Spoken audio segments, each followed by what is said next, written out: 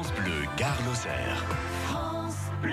Bientôt 7h50 à l'écoute de la première radio du Gard. Il aura dirigé les gendarmes du Gard pendant 3 ans, mais il part en mission à l'ambassade de France au Qatar. Le colonel Stéphane Lacroix, commandant du groupement de gendarmerie du Gard, est votre invité, Jérôme Plédy. Bonjour mon colonel. Bonjour à tous. Et merci d'être avec nous.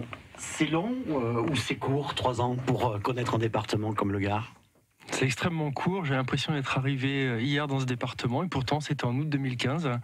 Il faut dire que c'est parti extrêmement vite puisque 2-3 jours après mon arrivée seulement, j'accueillais Manuel Valls en voyage officiel à Vauvert, donc ça m'a permis immédiatement d'être immergé dans ce département atypique, pas simple, mais extrêmement attachant. Pourquoi atypique et pas simple ? Parce que le Gard est un département qui renferme une délinquance anormalement élevée. C'est un département traversé par des grands axes de communication. On y trouve toutes les formes d'ordre public, de police judiciaire, voilà, un grand nombre de contentieux dans ce département. C'est un département à forte exposition pour la gendarmerie, mais c'est ce qui en fait aussi un département un peu à part. Vous l'avez dit souvent dans des interviews ici même sur France Bleu Gare-Lozère, que le Gardois a un rapport particulier avec l'autorité. Vous le ressentez ça sur le terrain ? Le Gardois a une très forte personnalité, ça je pense que personne pourra dire le contraire. Il a une relation, c'est vrai, parfois, notamment sur les routes, on le voit quotidiennement, une relation parfois à l'autorité qui est un peu compliquée. À côté de ça, bon voilà, le Gardois reste bien sûr, comme je disais, une personne extrêmement attachante, bien sûr. Je pense que les Gardois ne laissent jamais indifférent. Voilà, on n'aime pas, mais ce qui est certain, c'est que voilà, la personnalité est très marquée dans ce département. J'ai découvert. La route, la sécurité routière, ça reste un peu noir. En 3 ans, malgré beaucoup d'efforts, vous n'avez pas réussi à faire bouger les lignes. Nous avons passé effectivement beaucoup d'heures sur les routes pour infléchir la courbe macabre des tués sur les routes. Nous en avons fait bien sûr un axe majeur d'effort puisque derrière un accident mortel, il y a une vie brisée, il y a une famille endeuillée. Donc notre détermination était totale pendant ces 3 années. Ça n'a pas spécialement suffi pour infléchir durablement cette courbe. Malgré tout, je prends aussi parfois le problème dans l'autre sens en disant que si les gendarmes n'étaient pas sur les routes, nous serions sans doute amenés à constater encore plus d'accidents graves dans les routes gardoises. Et c'est vrai que faire bouger les lignes, c'est très difficile. Et pourtant, sauver des vies, c'est votre rôle sur les routes. C'est peut-être même le rôle premier de la gendarmerie. C'est la plus belle des missions. Hein. Sauver des vies, c'est noble. Prévenir les accidents, comme on le dit souvent, un fait qui ne se commet pas est mieux qu'un fait résolu. D'où la présence massive des gendarmes sur les routes tout au long de l'année. Pour la sécurité routière, bien sûr, mais aussi en termes de prévention de proximité. Lutter contre un cambriolage, c'est aussi quelque chose de très important, car on sait que être victime d'un cambriolage, ça peut être extrêmement violent, troublant au plan personnel. Il n'y a pas de petit contentieux. Le gendarme est là pour couvrir un spectre très très large qui va de la paix jusqu'à la guerre en passant par la crise. C'est ce qui fait aussi la spécificité de ce métier de gendarme. Et ce moment très difficile dont vous parlez souvent parce qu'il vous a marqué vous-même personnellement, j'allais dire, c'est l'annonce aux familles d'un drame. Oui, c'est un moment toujours très très douloureux et c'est aussi parfois le message que nous envoyons aux personnes qui sur la route auraient une tendance à banaliser un petit peu les comportements individuels. On leur dit mais vous savez, à l'annoncer à une famille qu'un proche ne reviendra pas, un enfant, un parent, un ami proche ne rentrera pas à la maison, c'est un moment toujours très très fort. Les cambriolages, vous en parliez, 3600 cambriolages en 2017, c'est encore beaucoup, c'est encore trop. Comment vous l'expliquez ce phénomène ? Nous sommes dans un département où la paupérisation côtoie aussi des gens qui ont un niveau de vie beaucoup plus élevé. Comme je le disais tout à l'heure, nous sommes traversés par des axes majeurs de communication. Nous avons une délinquance endogène, propre au département, mais nous avons aussi une délinquance de passage qui est très forte. Souvenez-vous, en 2017, nous avons résolu un dossier très lourd de familles originaires des pays de l'Est qui avaient écumé l'ensemble de l'arc méditerranéen. On leur attribue près de 1500 cambriolages sur l'ensemble de l'arc méditerranéen. Voilà, quand vous êtes confronté à ce type de délinquance de passage, difficile à appréhender, dont il est difficile d'interpeller les auteurs, tout de suite ça vient un peu plomber vos chiffres. Stéphane Lacroix, le colonel Stéphane Lacroix est avec nous, commandant du groupement de gendarmerie du Gard, l'invité de France Bleu Gare-Lozère et de Jérôme Plédy. Vous êtes arrivé en 2015 à la tête de ces gendarmes gardois. Vous avez dû accompagner la mise en place de l'état d'urgence. C'était juste après les attentats, la radicalisation. Là encore, le département du Gard, malheureusement, on le sait, se distingue. Oui, le département du Gard est très exposé à la menace de radicalisation violente. En 2015, comme vous le signaliez, effectivement, à la faveur de la mise en place de l'état d'urgence, la gendarmerie a dû revoir tous ses schémas. Elle était déjà impliquée dans la mission de lutte contre la radicalisation, mais nous avons pris une part plus importante, notamment dans la détection des signaux faibles de radicalisation. Le maillage territorial de la gendarmerie favorise cette capacité à faire remonter du renseignement. La gendarmerie a pris sa part, toute sa part. La radicalisation ne touche donc pas uniquement les quartiers des grandes villes, les zones rurales dont la gendarmerie est bien sûr en charge est aussi touchée. Ah bien sûr, on a parfois effectivement une vision un peu parcellaire des choses en pensant que la radicalisation touche les zones urbaines et périurbaines. Je peux vous assurer que nous avons conduit depuis la fin de l'année 2015 des perquisitions administratives dans des endroits d'hyper-ruralité, dans la profondeur des territoires, et c'est là qu'effectivement la gendarmerie prend notamment tout son sens. Est-ce qu'elle prendra également toute sa place dans la mise en place de la police de sécurité du quotidien ? Elle est déjà très engagée puisque dès 2007, nous avons expérimenté la mise en place de brigades de contact à Cornillon, dispositif que nous allons développer. Je rappelle que le Gard a été retenu parmi les 20 départements accompagnés au titre de la police de sécurité du quotidien. Donc nous avons déjà en gendarmerie expérimenté beaucoup de choses et nous sommes en ordre de bataille pour conduire donc cette police de sécurité du quotidien. Autre particularité peut-être de ce département, ce sont aussi les risques naturels. Là aussi, c'est quelque chose que vous avez dû prendre en charge très rapidement. Ça vous a marqué ? Ça m'a marqué, même si je n'ai pas connu d'épisode d'une grande sévérité pendant ces 3 années à la tête du groupement du Gard.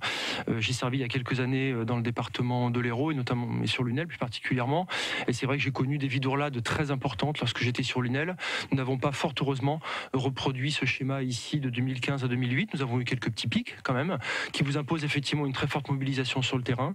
Mais j'ai eu la chance de ne pas connaître de grands épisodes climatiques pendant mon mandat ici. Dans votre rôle également que vous avez joué pendant ces 3 années ici, il y a aussi des bons moments, on s'en doute. Et vous nous parliez en préparant cette interview de la sécurité qu'il a fallu assurer autour de Johnny Hallyday. Ça a été un moment fort ? Il y a eu beaucoup de moments forts, des recherches de personnes disparues. J'ai en tête, début 2017, ce jeune trisomique Jean-Philippe Lacasse que nous avions retrouvé du côté de l'Audin après 3 jours de recherche. Nous l'avions retrouvé en hypothermie, hypoglycémie forte, mais vivant. C'est un moment extrêmement fort. Il y a eu des moments effectivement très particuliers, comme l'accompagnement de certaines stars sur le festival de Nîmes. Johnny Hallyday prend une place, bien sûr, très importante en 2017, puisqu'il nous a quittés effectivement quelques mois plus tard. Ça reste des moments effectivement très singuliers pour un commandant de groupement. Et vous restez avec nous sur France Bleu Gard Lozère jusqu'à 8h30 pour nous en parler de ces moments forts, du rôle aussi que vous allez jouer au Qatar. Merci en tout cas, colonel Lacroix, d'être passé par le studio de France Bleu Gard Lozère ce matin. On vous retrouvera dans le journal de Camille Payan dans quelques minutes. France Bleu Gard Lozère. Il est notre invité spécial, vous l'avez compris, ce matin sur France Bleu Gard Lozère, le colonel Stéphane Lacroix pour nous. Et à vos côtés, Jérôme Plédy. Alors vous allez donc devenir, mon colonel, attaché de sécurité intérieure au sein de l'ambassade de France au Qatar. Mais qu'est-ce que c'est ? Concrètement, un attaché de sécurité intérieure, il est placé auprès de l'ambassadeur. L'ambassadeur qui a aussi auprès de lui un attaché économique, un attaché culturel, un attaché pour les questions de défense. Donc c'est une petite équipe resserrée autour de l'ambassadeur. Et plus particulièrement, l'attaché de sécurité intérieure couvre trois missions principales. La première, c'est d'assurer la coopération technique et opérationnelle dans le pays. Donc transférer l'expertise française dans tous les domaines qui intéressent le pays hôte. Alors pour le Qatar et pour le Koweït, car j'aurai une extension de compétences également sur le Koweït. Le deuxième volet, c'est bien sûr la protection des Français expatriés ou de passage dans le pays en question. Les Français peuvent se mettre parfois dans des situations compliquées sur un territoire étranger. Voilà, le rôle de l'attaché de sécurité intérieure, c'est de mettre un petit peu du lien avec les autorités locales afin de gérer au mieux la situation. Et enfin, le dernier prospect, c'est tout ce qui est lié, bien sûr, à la valorisation du savoir-faire français français et au soutien à nos exportations. Il est important, notamment dans des pays comme le Qatar, de montrer aussi toute l'étendue des compétences des entreprises françaises. Et vous ne partez pas au Qatar par hasard. Vous avez déjà exercé des fonctions dans cette région du monde. 4 ans, chef de bureau Afrique du Nord, Moyen-Orient de 2012 à 2015, chargé de la coopération technique et opérationnelle entre la France et le monde arabe. C'est un monde qui vous attire, qui vous a toujours intéressé. Vous êtes d'ailleurs arabophone.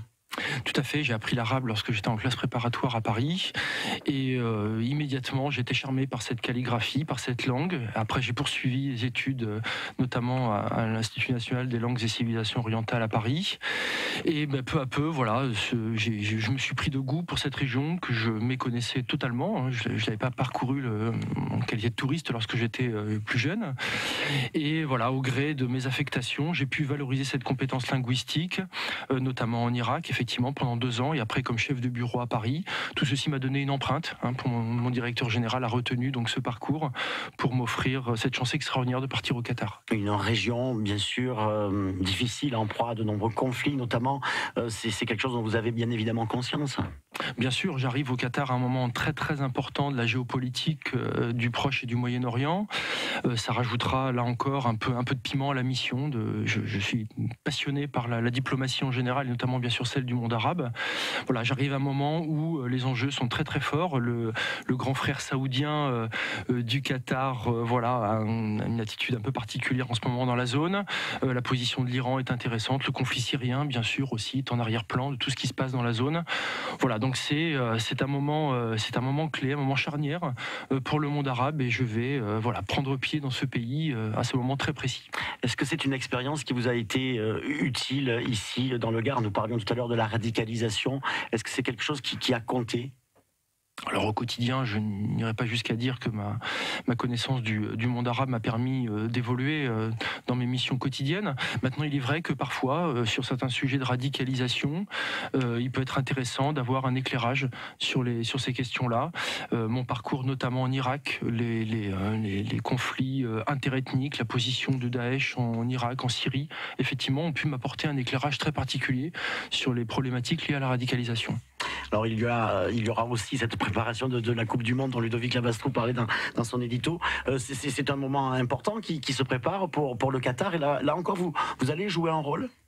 En fait, la France a un lien très particulier avec le Qatar pour ce qui est de la gestion des grands événements, puisque depuis 2006 notamment, et les Jeux du Pacifique, nous accompagnons le Qatar dans la conduite d'un certain nombre d'événements sportifs, ce que nous appelons entre guillemets le soft power. C'est montrer qu'un petit confetti comme le Qatar est capable d'organiser des événements de très grande ampleur. Et la France joue un rôle essentiel, puisque le Qatar seul, bien sûr, ne serait sans doute pas en capacité à pouvoir gérer un événement aussi important. La France a une expertise, elle a déjà connu la Coupe du Monde de football, elle a connu de grands événements sportifs. Donc l'idée là aussi, c'est de transférer notre savoir-faire pour aider le Qatar à relever ce défi. Retour dans le département du Gard, le groupement de gendarmerie du Gard que vous avez donc commandé pendant ces 3 années, ce sont près de 900 hommes et femmes. Vous retiendrez quoi d'eux et d'elles? Une admiration sans borne, extrêmement forte pour tous ces militaires qui, nous évoquions tout à l'heure l'adversité, la difficulté de conduire son action dans des départements exposés comme peut l'être le Gard. Donc le premier mot qui me vient, c'est admiration. Reconnaissance aussi pour le travail quotidien. Les gendarmes poursuivent leur mission, la mission continue. Comme vous le savez tous, nous avons connu il y a quelques mois un drame effroyable avec la perte de l'un de nos frères d'armes, le colonel Beltrame. Mais le jour même et dès le lendemain, la mission continuait. Voilà, donc ce que je retiens surtout, c'est cette volonté farouche de relever le défi sécuritaire, d'apporter à nos concitoyens gardois du bien vivre ensemble, de les protéger, de les conseiller, de prévenir aussi parfois un peu contre eux-mêmes. Aussi la commission d'actes, notamment sur les routes, on l'évoquait tout à l'heure. Voilà, ce sens du service public. Les gendarmes ont vraiment toute mon admiration. Vous garderez des attaches avec ce département du Gard, je crois savoir, avec de vos enfants qui restent dans notre région pour leurs études supérieures. C'est important ce lien qui va être conservé entre notre région? C'est extrêmement important déjà parce que nous avons noué effectivement dans ce département des amitiés extrêmement fortes. Le Gard est un département magnifique, magique. Et moi je trouve que pour avoir parcouru de long en large ce département, pour être monté sur un bateau au Grau-du-Roi, à Port-Camargue, pour avoir fait des sorties en raquette sur le mont Égual, voilà, ce département est magique et les Gardois sont des gens extrêmement attachants. Donc nous gardons, j'ose le croire, de très belles amitiés dans ce département. Et puis comme vous le signaliez, effectivement, j'ai ma fille aînée qui est en fac de médecine ici à Nîmes, donc qui rentrera en 3e année, je l'espère, très bientôt. Et donc voilà, nous pourrons la retrouver le plus souvent possible. Et puis mon deuxième, pour lequel nous attendons les résultats de Parcoursup, voilà, c'est en pleine actualité. Et nous serons dans quelques jours où il pourra être admis l'année prochaine, sous réserve de réussite au baccalauréat, bien sûr. Et puis il vous reste quelques régions gardoises à découvrir en vélo, notamment, non? Oui, il y a encore beaucoup d'endroits que je n'ai pas parcouru à vélo dans ce département magnifique, effectivement. Et donc autant de bonnes raisons pour revenir le plus régulièrement possible. Ça veut dire que revenir dans le Gard, que vous ne reviendrez jamais chez nous dans le Gard, on peut le dire, c'est faux. C'est faux. C'est faux. Je reviendrai dans le Gard, bien ça sûr. Marche. Merci mon colonel, en tout cas, d'être venu ici à France-Bleu-Garloser et de nous avoir parlé de votre expérience et puis bonne mission donc au Qatar. Merci beaucoup.